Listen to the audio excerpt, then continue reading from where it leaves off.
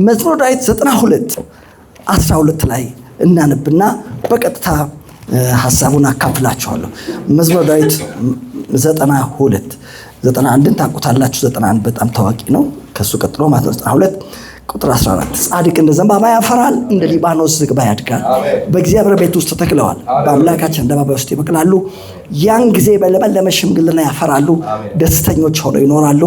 አምላክ እግዚአብሔር እውነተኛ እንደሆነ ይናገራሉ፣ በእርሱ ዘንድ አመፃ የለም ይላል። ጌታ ይመስገን። ያን ጊዜ በተለይ ቁጥር 14 ትኩረት አድርጉልኝ። ያን ጊዜ በለመለመ ሽምግልና ያፈራሉ፣ ደስተኞችም ሆነው ይኖራሉ። ይሄ ደስተኛ ሆኖ መኖር ሰው ሁሉ የሚፈልገው ነገር ነው። ማን ነው ደስተኛ ሆኖ መኖር የማይፈልግ? ሁሉም ሰው ደስተኛ ሆኖ መኖር ይፈልጋል። እዚህ ጋር ያን ጊዜ በለመለመ ሽምግልና ያፈራሉ። ከዛስ በኋላ ደስተኞች ሆነው ምን ይላሉ? ይኖራሉ። እነማን ናቸው እነዚህ? ዋዘይ በጣም እኮ የሚገርሙ ናቸው። እግዚአብሔር ይመስገን። ምን አይነት ማህበረሰብ ናቸው? እንዴት የታደሉ ናቸው? ለመሆኑ በዚህ ፕላኔት ላይ ያሉ እነማን ናቸው? ልናውቃቸው እንፈልጋለን። የሚገርሙ ናቸው እነዚህ። እኛም ደግሞ ከነሱ እንዳንዱ መሆን እንፈልጋለን ልንል እንችላለን። እነማን ናቸው? በዚያን ጊዜ በለመለመ ሽምግልና ያፈራሉ፣ ደስተኞችም ሆነው ይኖራሉ። ክብር ለእግዚአብሔር ይሁን። በጣም አስደናቂ የእግዚአብሔር ቃል እውነት ነው።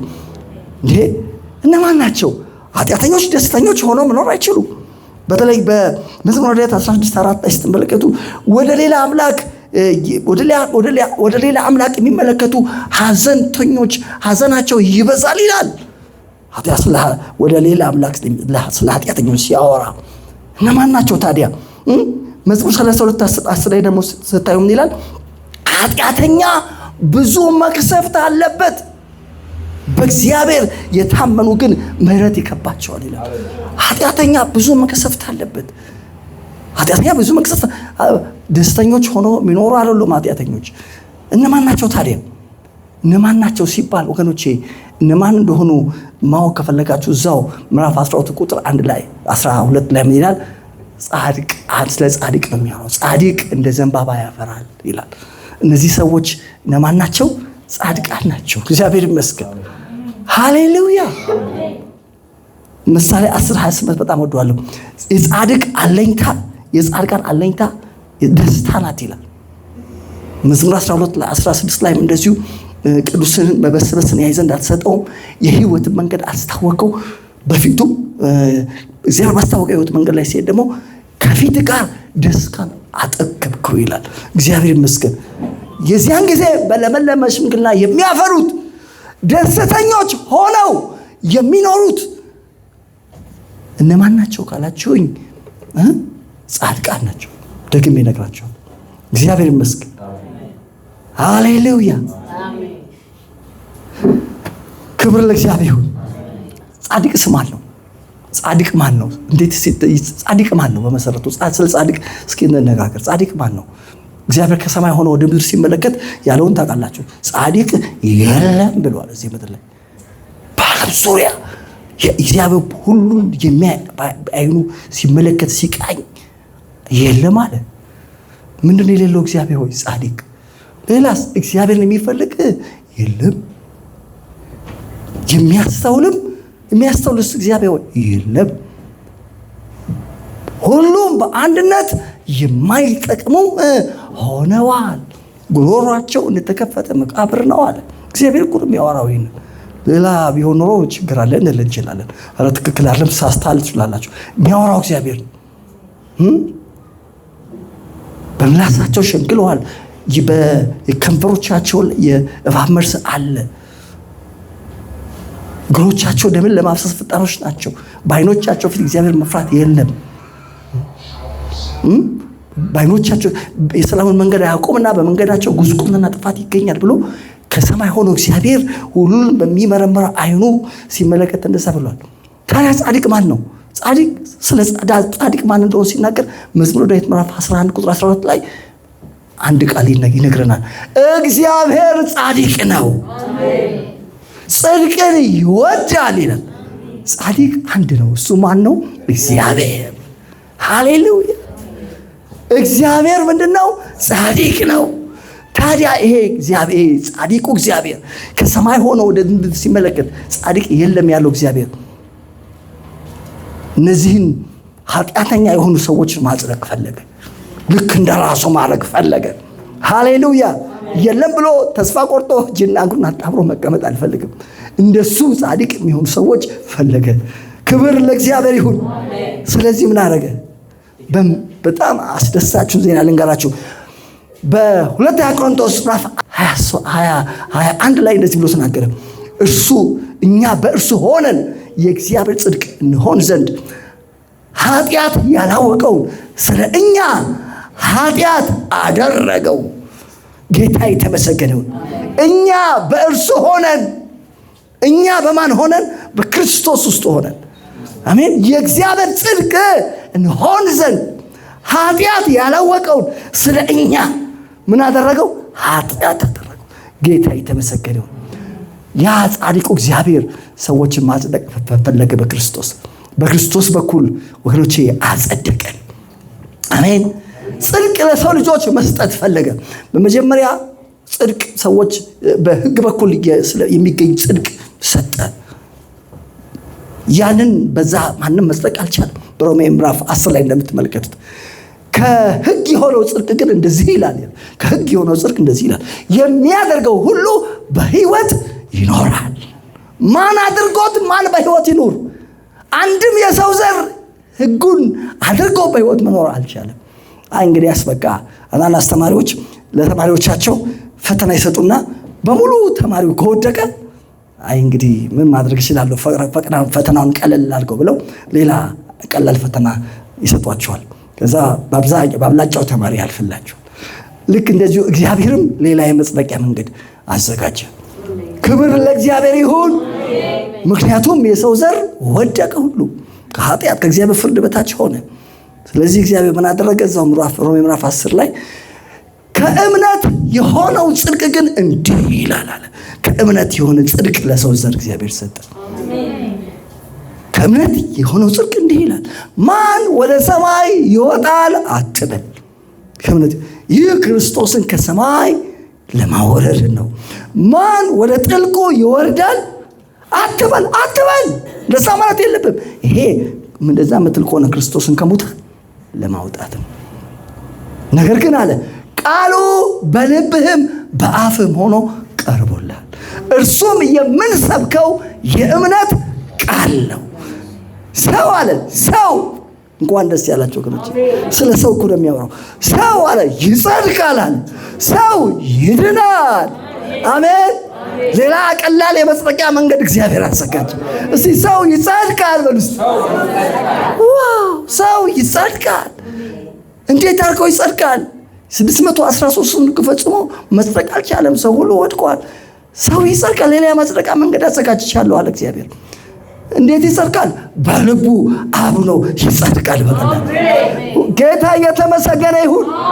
ምን አምኖ ይጸድቅ? ሰው ሁሉ እምነት አለኝ እምነት ይላል። ምንድነው የሚያጸድቀው እምነት ሲባል? የሚያጸድቀው እምነት ብዙ አይደለም፣ አንድ ነው። እሱም ሰው ምን ብሎ ማመን በማመኑ ነው አለ።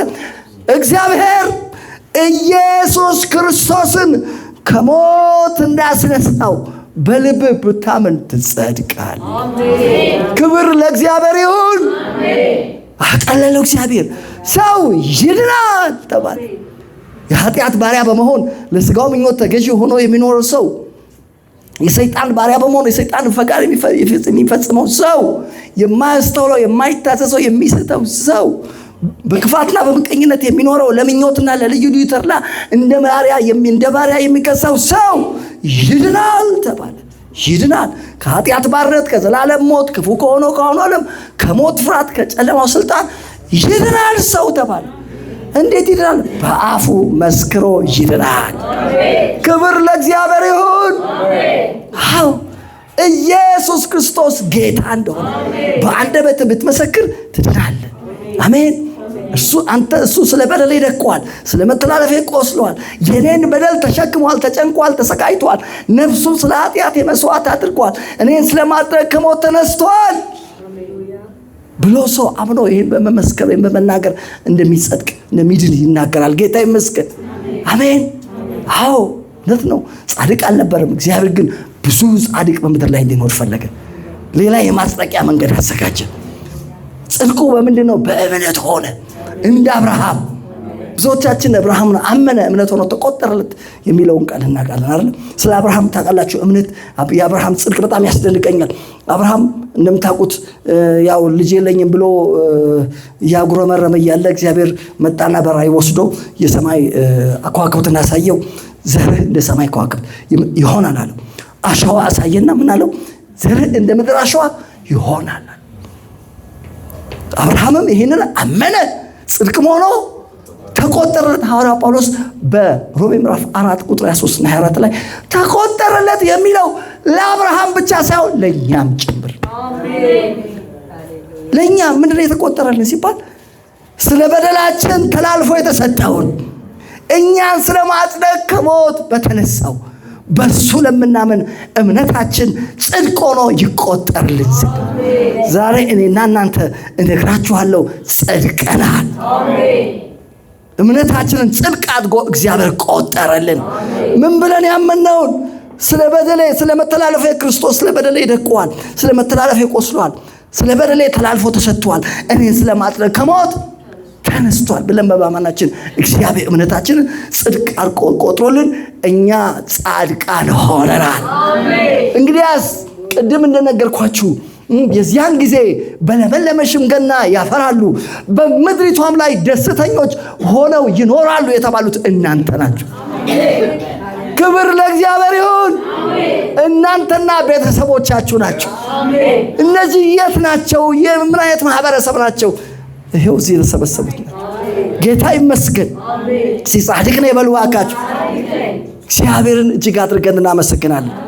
ስለዚህ ጻድቅ አለ በዚያን ጊዜ በለመለመ ሽምግልና ያፈራሉ፣ በምድሪቷም ላይ ደስተኞች ሆነው ይኖራሉ። ጌታ ይመስገን። ደስተኛ ሆኜ እኖራለሁ በሉ። ጌታ የተመሰገነ ይሁን። ስለዚህ ተመልከቱ፣ እነዚህ ጻድቃን ደስተኞች ሆነው እንደሚኖሩ ካወቅን ቁጥር 12 ላይ ጻድቅ እንደ ዘንባባ ያፈራል፣ እንደ ሊባኖስ ዝግባ ምን ይላል? ያድጋል ይላል። ጌታ ይመስገን። ለምን ሲባል በእግዚአብሔር ቤት ተተክለዋል። ምን ማለት ነው? ጻድቁ እግዚአብሔር ያጸደቃቸው ማለት ነው። እኛ አሁን በራሳችን አልጸደቅም። ጻድቃን ስንል በራሳችን አይደለም፣ እግዚአብሔር አጽድቆ ነው። እግዚአብሔር አስቀድሞ ያወቃቸውን ጠራቸው ይላል ሮሜ ምዕራፍ 8። የጠራቸውን አጸደቃቸው፣ ያጸደቃቸው ምን አደረጋቸው? አከበራቸው። እግዚአብሔር ይመስገን። እግዚአብሔር አጽድቆኛል በሉ። እግዚአብሔር አጽድቆኛል። ወገኖቼ ያጸደቀን ራሱ እግዚአብሔር ነው። ማን ያጸደቀን? እግዚአብሔር ራሱ እግዚአብሔር ነው።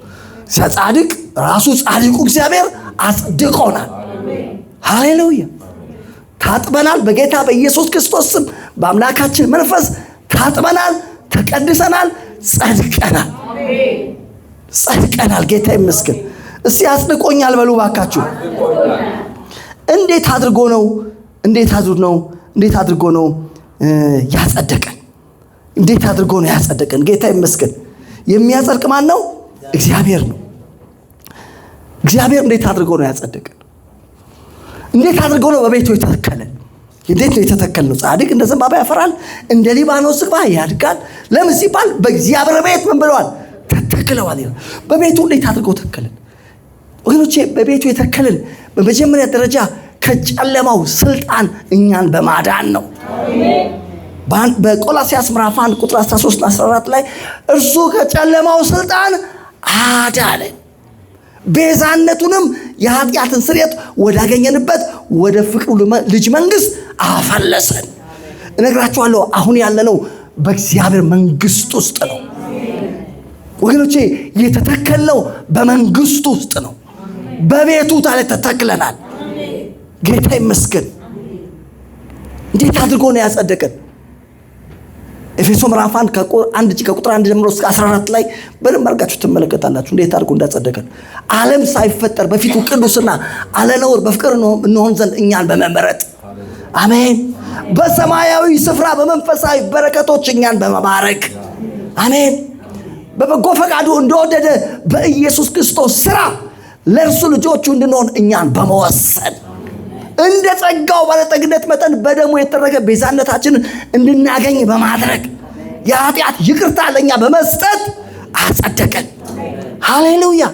ጸጋውንም በጥበብና በአእምሮ ሁሉ በእኛ ላይ በማብዛት አሜን፣ በመንፈስ ቅዱስ በማተም አጸደቀን፣ በቤቱ ተከለን። ጌታ ይመስገን። ኤፌሶ ምዕራፍ 1 ላይ ከቁጥር 1 ጀምሮ እስከ 14 ስታነቡ እንዴት አድርጎ ትልልቅ ስራዎች ሰርቶ በቤቱ እንደተከለን ታያላችሁ። ጌታ ይመስገን። ታውቃላችሁ እግዚአብሔር ገበሬ ነው። እነ ኢሳይያስ እግዚአብሔር አስተማሪ ነው አለ። ልጆችሽ ከእግዚአብሔር የተማሩ ይሆናሉ፣ የልጆችም ሰላም ብዙ ይሆናል አለ። ጌታ ኢየሱስ ደግሞ ኢሳይያስ እንዳለው እግዚአብሔር አስተማሪ ብቻ ሳይሆን እግዚአብሔር ደግሞ ገበሬም ነው ብሎ በዮሐንስ ወንጌል ምዕራፍ 15 ቁጥር 1 ላይ እውነተኛ የወይን ግንድ እኔ ነኝ፣ ገበሬውም ደግሞ አባቴ ነው አለ። ሃሌሉያ። ገበሬው እግዚአብሔር እኔና እናንተን በቤቱ በመንግስቱ ተከለን፣ ጻድቅ አድርጎ ተቀበለን። በዚያን ጊዜ በለመለመ ሽምግልና ያፈራሉ፣ ደስተኞች ሆነው ይኖራሉ ተባለልን። ክብር ለእግዚአብሔር ይሁን። ይሄን ያደረገው ራሱ እግዚአብሔር። ጌታ ይመስገን። ክብር ለእግዚአብሔር ይሁን። ታዲያ ወገኖቼ ለምንድን ነው የተከለን? ለምንድን ነው በቤቱ የተከለን? የተተከልንበትን ምክንያት በኢሳይያስ ምዕራፍ 61 ከቁጥር 1 እስከ 4 ላይ ስትመለከቱ ምን ይላል? እግዚአብሔር ለክብሩ የተከላቸው የጽድቅ ዛፎች እንዲባሉ ይላል። እግዚአብሔር ሆይ በመንግስት ተክለኛል፣ በቤት ተክለኛል። አዎ በአንተ ቤት ከተተከልኩ እኔ 30 ዓመቴ ነው፣ እኔ 40 ዓመቴ ነው፣ እኔ 10 ዓመቴ ነው፣ እኔ 3 ዓመቴ ነው። ለምን እንደተተከልኩ አላቅም የምትሉ ሰዎች ካላችሁ ዛሬ መልሱ ነግራችኋለሁ። እግዚአብሔር በቤቱ ተከላችሁ ለክብሩ ነው።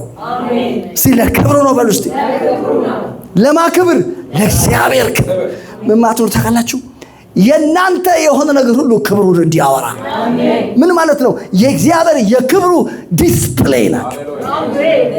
ዲስፕሌይ ታውቃላችሁ፣ ነጋዴዎች ነው የሚያውቁት። ዲስፕሌይ ያላችሁ ያመጡትን ልብስ እዛ ላይ ነው የሚያሳዩት። ሰዎች እዛ ላይ ሲሰቀል ነው የሚገዟቸው። እና እናንተ የእግዚአብሔር የክብሩ መገለጫ ነው። እግዚአብሔር ይኸውላችሁ የኛ የሆነ ነገር ሁሉ ክብሩን መግለጥ አለበት። ትዳራችን ክብሩን መግለጥ አለበት። መንፈሳዊ ህይወታችን ክብሩን መግለጥ አለበት። ጤናችን ክብሩን መግለጥ አለበት። የኛ የሆነ ነገር ሁሉ የእግዚአብሔርን ክብር ሊያወራ ይገባል። ክብር ለእግዚአብሔር ይሁን። ለምን መሰላችሁ? የተከለለ ክብሩ ስለሆነ ነው። ለምን ኢሳይያስ 61:60 ላይ አታወጡትም? ኦ ጌታ ይመስገን። እስቲ ለክብሩ በሉ ባካችሁ። በጣም አስገራሚ ነገር እኮ ነው ወገኖቼ። ይሄ ነገር ይሄ 61 ላይ ስትመለከቱ የጌታ የእግዚአብሔር መንፈስ በእኔ ላይ ነው ይላል። ለድሆች የምስራች እሰብክ ዘንድ እግዚአብሔር ቀብቶኛልና። አሜን። ተመልከቱ። ለድሆች የምስራች እሰብክ ዘንድ እግዚአብሔር ቀብቶኛልና፣ ልባቸው የተሰበረውን እጠግን ዘንድ። ተመልከቱ። ወንጌል ወደኛ ህይወት ሲመጣ የመጀመሪያ ያደረገው ነገር ምንድነው? የተሰበረ ልባችንን ጠግኖታል። አንዳንዶቻችሁ የልብ መጠገን የሚባለው ትንሽ ላይገባችሁ ይችላል። ይሄ ነገር በደንብ የገባው ራሱ ጠቢቡ ሰለሞን ይመስለኛል። ሰለሞን ብሎ ተናገረ? ሰው አለ የስጋውን ህመም ይታገሳል፣ የተሰበረን መንፈስ የተቀጠቀጠን ልብ ግን ማን ሊጠግነው ይችላል ይላል። ምን ማለት ነው? ሰለሞንን ባገኘው እንደዚህ ነው አለው፣ ወንጌል ሊጠግነው ይችላል። ወገኖቼ የተሰበረው ልባችንን ወንጌል ጠግኖታል። ክብር ለእግዚአብሔር ይሁን። ልባቸው የተሰበረውን ምን ዘንድ አለ? ጠግን ዘንድ። ወገኖቼ ልባችን ተሰብሮ ነበር፣ ተጠግነናል። ከዛ ምን ይላል? ለተማረኩት ነፃነትን። ተማርከን ነበረ በጠላት፣ እግዚአብሔር ግን ነፃ አወጣን። ክርስትና ሃይማኖት አይደለም። ከሆነ የሃይማኖት ተቋም ወደ የሆነ ሃይማኖት ተቋም የመጣን አይደለም። እኛ ተማርከን የነበርን ነፃ ይወጣል። ለተማረኩ ምን አለ? ነፃነትን። በነፃነት ልንኖር ኢየሱስ ክርስቶስ ነፃ አውጥቶን የነፃነት አየር እየተነፈስን ከኃጢአት ባርነት፣ ከዘላለም ሞት፣ ክፉ ከሆነው ከአሁኑ ዓለም ከሞት ፍርሃት አሜን። ከኃጢአት ዕዳ ነፃ ወጥተናል። ስለዚህ ተመልከቱ፣ ወንጌል ነፃ አወጣን። ወንጌል ክርስቶስ ነው ይላል አይደለም። አንድ ሰው ወንጌል ምን እንደሆነ ማወቅ ከፈለጋችሁ ሮሜ ምዕራፍ 1 ላይ ማንበብ። በእግዚአብሔር ፈቃድ የኢየሱስ ክርስቶስ ሐዋርያ የሆነ ጳውሎስ በነቢያቱ አፍ አስቀድሞ ተስፋ ለሰጠው በነቢያቱ አፍ በቅዱሳት መጽሐፍት አስቀድሞ ተስፋ ለሰጠው ለእግዚአብሔር ወንጌል ምን አለ? ተለየ። ይህ ወንጌል አለ በሥጋ ከዳዊት ዘር ስለተወለደ እንደ ቅድስና መንፈስ በኃይል የእግዚአብሔር ልጅ ሆኖ ስለተገለጠ ስለ ልጁ ነው። እርሱም ጌታችን ኢየሱስ ክርስቶስ ነው አለ። ወንጌል ኢየሱስ ክርስቶስ ነው። ኢየሱስ ክርስቶስ በእኛ ሕይወት ውስጥ የሰራው ነፃነትን ነው ያወጣል። የሆነ የሃይማኖት ቤት አላስቀየረንም። ያደረገው ነገር አንድ ነው፣ ነፃ አወጣል። ለተማረኩ ምን አለ? ነፃነትን። ከዛስ ለታሰሩ መፈታትን። ወገኖቼ ስለ ክርስቶስ ሰምተን በሕይወታችን ምንድነው የሆነው ከተባለ የሆነው አንድ ነገር ነው። ከእስር ቤት ተፈታን። እነግራችኋለሁ፣ ሰዎች ይግባቸውም አይግባቸውም፣ ይወቁትም አይወቁትም፣ በክርስቶስ ያልሆኑ ሁሉ እስር ቤት ናቸው። ከእስር ቤት ሰው መፈታት የሚችለው በወንጌል ነው። በክርስቶስ ሰው ይፈታል። አዎ፣ መንፈሳዊ እስር ቤት ውስጥ ነው ሰው ሁሉ ያለ። ክብር ለእግዚአብሔር። ወንጌል ፈቶናል። እኛ እስረኞች አይደለን። እንኳን ደስ ያላችሁ። ከእስር ቤት የወጣችሁበትን ቀን እያንዳንዳችሁ ታውቃላችሁ። ከእስር ቤት የወጣችሁበት ቀን መቼ ነው ታውቃላችሁ? ኢየሱስ ክርስቶስን የሕይወታችሁ ጌታና አዳኝ አድርጋችሁ በተቀበላችሁት በዛች ቀን ከእስር ቤት ነፃ ወጣችሁበት። እናንተ እስረኞች አይደላችሁ። ወንጌል እኛን ከእስር ነው የፈታን። ለታሰሩ ምንን መፈታት። ታስረን ነበር፣ ምን ብለናል? ተፈተናል። ተፈትቻለሁ። እኛ ተፈተናል።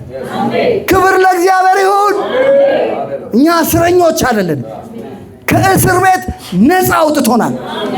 የሚያስፈልገውን ዋጋ ከፍሎ ስለ በደላችን ደቆ ስለ መተላለፋችን ቆስሎ የእኛን በደል ተሸክሞ አሜን ተጨንቆ ተሰቃይቶ ነፍሱን ስለ ኃጢአታችን ሰጥቶ እኛ ስለ ማጥረግ ከሞት ተነስቶ በእኛና በአምላካችን መካከል የነበረውን የጥሉን ግድግዳ በሞቱ አፈራርሶ የእርቁን በር ክፍት አድርጎ የኃጢአት ዕዳችን በደሙ ከፍሎ በሕጋዊ መንገድ ወጥተናል። አጭበርብረን ከእስር ቤት አምልጠን አይደለም፣ በሕጋዊ መንገድ። ሃሌሉያ! ማንም ላይጠይቀን። አንዳንድ እስረኞች ከእስር ቤት በአጥር ዘለው ያመልጡና ከፖሊስ እጅ ያመልጣሉ። ከዛ በኋላ እንደገና ተፈልገው ይይዟቸዋል። እኛ በሕግ በአጥር ዘለንም አልወጣንም። አሜን። ከፖሊስም አላመለጥንም። በሕጋዊ መንገድ አሜን። አዎ ልክ ነው። ኃጢአተኞች ነን። እኛ ኃጢአተኞች ነን። የሚገባን ሞት ነበረ። በእኛ ምትክ ክርስቶስ ሞቶ የእኛን ዋጋ ከፍሎ ነፃ ያወጣን ሰዎች። ማንም ሊጠይቀን አይችልም። ክብር ለእግዚአብሔር ይሁን። ስለዚህ ተመልከቱ፣ ነፃነት ሆኗል። እስኪ ነፃነት እንበሉ። እነግራችኋለሁ፣ ነፃ ወጥተናል። እስኪ ነፃ ወጥቻለሁ በሉ። ወንጌል ነፃ አውጥቶናል። ለታሰሩ መፈታትን። ከዛስ በኋላ የተወደደችውን የእግዚአብሔር ዓመት አምላካችን የሚበቀልበትን ቀን እናገር ዘንድ የሚያለቅሱትን ሁሉ አጽናና ዘንድ ይልና ወረድ ብዬ ላምላችሁ በአመድ ፋንታ አክሊልን። ተመልከቱ፣ በፊት ስንኖሮ የነበረው የኃጢአት ኑሮ መጨረሻው ምንድነው ካላችሁ አመድ ነው፣ ወይም የዘላለም ሞት። ሩጫችንን ቀይሮ አሁን አክሊል የሚያሰጥ ሩጫ ጀምረናል። ሩጫ ለዛ ነው ሐዋርያ ጳውሎስ ሩጫውን ጨርሻለሁ፣ መልካሙን የእምነት ገድል ተጋድያለሁ፣ አሁን የጽድቅ አክሊል ተዘጋጅቶልኛል። በአመድ ፋንታ በአመድ ፋንታ አክሊልን። ከዛ ምንድን የሚለው በሐዘን መንፈስ ፋንታ የደስታ ዘይት። ወገኖቼ ቀድሞ እንኖርበት በነበረው በኃጢአት ህይወት ውስጥ የነበረው የሐዘን ነበረ። እነግራችኋለሁ፣ አሁን የምንኖረው የጽድቅ ህይወት በእኛ ህይወት ውስጥ ሐዘን ሳይሆን የደስታ ዘይት። በማጉረምረም ፋንታ ስናጉረመርም ስንኖር የነበረ ሰዎች አሁን ዛሬ የምስጋና መጎናጸፊያ። ክብር ለእግዚአብሔር ይሁን። አዎ ታዲያ እግዚአብሔር ሆይ ይሄን ሁሉ ስራ ለምንድን ነው የሰራው? አዎ ታስረን ነበረ፣ ተፈተናል። ጌታ ይመስገን። ተማርከን ነበረ፣ ነፃ ወጥተናል። በአመድ ፋንታ አክሊልን፣ በሐዘን መንፈስ ፋንታ የደስታ ዘይት፣ በማጉረምረም ፋንታ የምስጋና መጎናጸፊያ ደረበህልናል። በለቅሶ ፋንታ የደስታ ዘይት ሰጥተናል። ይሄን ሁሉ ነገር ለምንድን ነው ያደረግከው? ምክንያቱም ማወቅ ትፈልጋላችሁ። ቁጥር 3 እግዚአብሔር ለክብሩ የተከላቸው የጽድቅ ዛፎች እንዲባሉ። ወገኖቼ በስራ ቦታችሁ፣ በመስሪያ ቤታችሁ፣ በሰፈራችሁ፣ በየትኛውም በምታልፉበት ቦታ ሰዎች እናንተ ተመልክተው እንደዚህ ማለት አለባቸው። እነዚህ ያሉ ለክብሩ የተከላቸው የጽድቅ ዛፎች። ለክብሩ ምን ያላቸው? የተከላቸው። እነግራችኋለሁ፣ የሥራዊት ጌታ እግዚአብሔር እኛን በቤቱ የተከለን ለክብሩ ነው። ዛሬ ያን ነገር ልንገራችሁ። ክብሩን የማይገልጥ ነገር ዛሬ ማታ በጌታ በኢየሱስም ይራገፍ። ክብሩን የማያሳይ ከሕይወታችሁ ጋር የተጣበቀ እንደ ግለሰብ፣ እንደ ቤተሰብ፣ እንደ ቤተ ክርስቲያን፣ እንደ ሀገር በእኛ ላይ የተጣበቀ ነገር ዛሬ በኢየሱስም ይራገፍ። ለምን መሰላችሁ? የክብሩ ጉዳይ ነው። እሱ የክብሩ ጉዳይ ነው በሉ ወገኖቼ። ከእናንተ ጋር ያለው የእግዚአብሔርን ክብር የማያሳየው ነገር ጉዳዩ የእናንተ ጉዳይ ሳይሆን ብቻ ጉዳይ ሳይሆን የእግዚአብሔር የክብሩ ጉዳይ ነው። ያ ነገር የእግዚአብሔርን ክብር የሚያስነካ ነገር ስለሆነ ነው። ምን መሆን አለበት? መራገፍ አለበት፣ መጠረግ አለበት፣ መሰበር አለበት። አሜን። መመታት አለበት። ከእናንተ ጋር መቀጠል የለበትም። ለምን? እግዚአብሔር ስራ ሰርቷላ። ታስራችሁ ነበር፣ ፈቷችኋል። ተማርከን ነበር፣ ነፃ ወጥተናል። አሜን። ክብር ለእግዚአብሔር። ሁሉ ስራ እግዚአብሔር የሰራው ለአንድ ዓላማ ነው። ሰዎች በእናንተ ላይ የእግዚአብሔርን ክብር እንዲያዩ ነው። እናንተ የምታመልኩትን አምላክ እናመልካለን እንዲሉ ነው።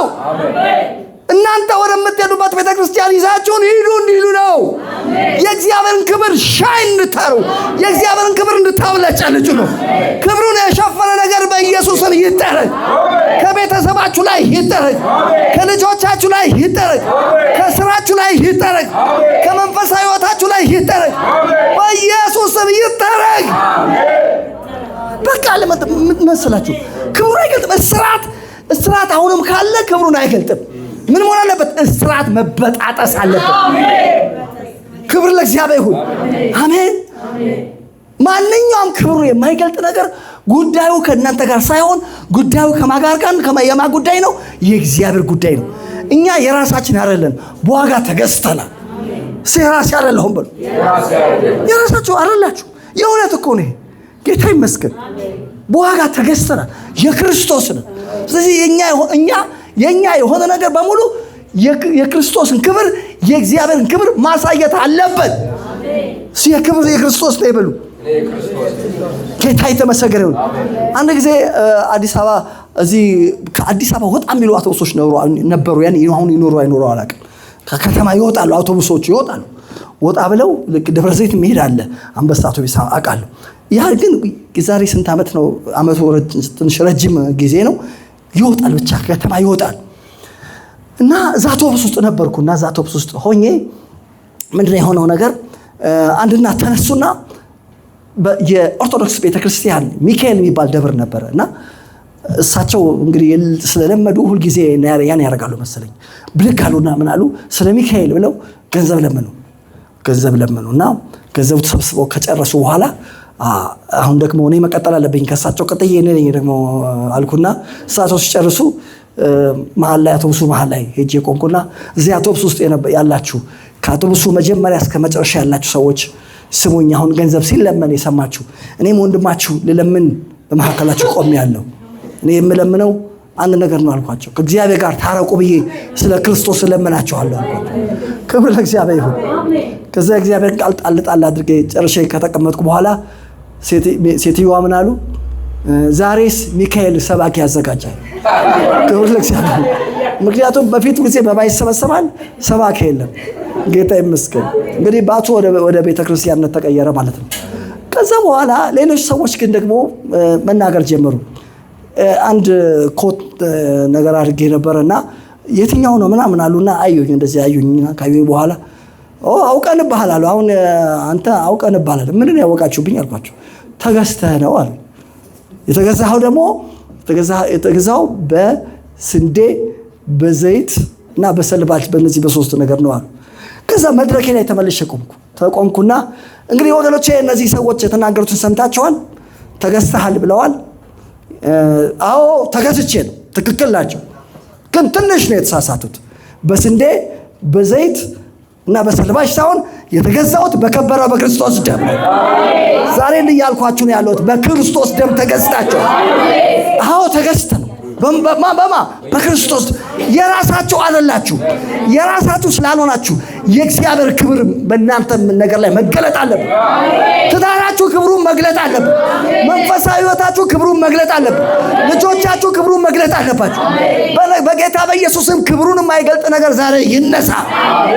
አዎ የራስ አይደለም፣ በዋጋ ተገዝታችኋልና የራሳችሁ አይደላችሁ። አይደለም አንተ የራስ አይደለም። ጌታ ይመስገን። የማንን? የክርስቶስ። የማንን? የእግዚአብሔር።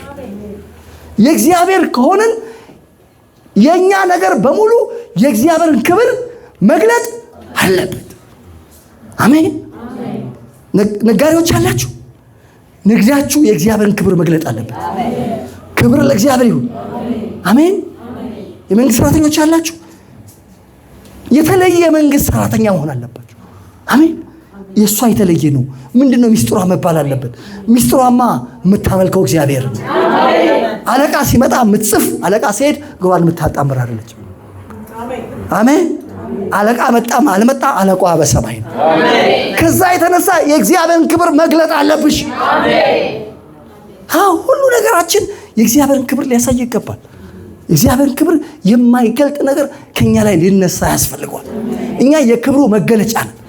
ለክብሩ ምን ያላቸው የተከላቸው የሥራው ጌታ እግዚአብሔር በቤቱ በመንግስቱ የተከለን ለምኑ ነው? ለክብሩ መገለጫ። ለዛ ነው በአንደኛ ቆሮንቶስ ምዕራፍ 10 ቁጥር 31 በጣም አንድ ሞደው ቃል አለ። የምትበሉት የምትጠጡትን የምታደርጉትን ሁሉ ለእግዚአብሔር ክብር አድርጉት ይላል። አሜን። ሁሉ ለምኑ? ለክብሩ። ሌላው እንኳን ስንለብስ ለክብሩ፣ ስንበላ ለክብሩ፣ ብንጠጣ ለክብሩ፣ ቤት ብትሰሩ ለክብሩ፣ ብታገቡ ብትወልዱ ለክብሩ። አሜን። ቢሳካላችሁ ለክብሩ፣ ከፍ ብትሉ ለክብሩ። ሁሉ ነገር ለክብሩ ነው። እስቲ ለክብሩ በሉ ባካችሁ። ዛሬ ክብሩን የማይገልጥ ነገር በጌታ በኢየሱስም ይጠረግ። ውድቀት ከእናንተ ላይ ይጠረግ። ጭንገፋና ኪሳራ ይጠረግ። ሰዎች እናንተን ሲያዩ እንዴ አንቺ እግዚአብሔርን እናመልካለሁ እያልሽ አይደለም ወይ? ምንድነው ይሄ ነገር የሚሉት ነገር በጌታ በኢየሱስም ይሰበር። አሜን። መሆን ያለበት አንድ ነገር ነው። ክብሩን ተመልክተው ሰዎች እናንተ የምታመልኩትን አምላክ ማምለክ እንፈልጋለን ማለት አለባቸው። እናንተ ወደምትሄዱበት ቤተክርስቲያን መሄድ እንፈልጋለን ማለት አለባቸው። እንደዛ እንዳይሉ ያደረገ ዛሬ ይሰበር። ጌታ ይመስገን። ለክብሩ ምን ያላቸው የተከላቸው። ስለዚህ ተመልከቱ። አዎ ጻድቅ እንደ ዘንባባ ያፈራል፣ እንደ ሊባኖስ ዝግባ ያድጋል። ለምን ሲባል በእግዚአብሔር ቤት ተተክለዋል። የተከለን ማን ነው? እግዚአብሔር። እግዚአብሔር ሆይ ለምን ተከልከን? ለክብሬ። ለምኑ? ለክብሩ።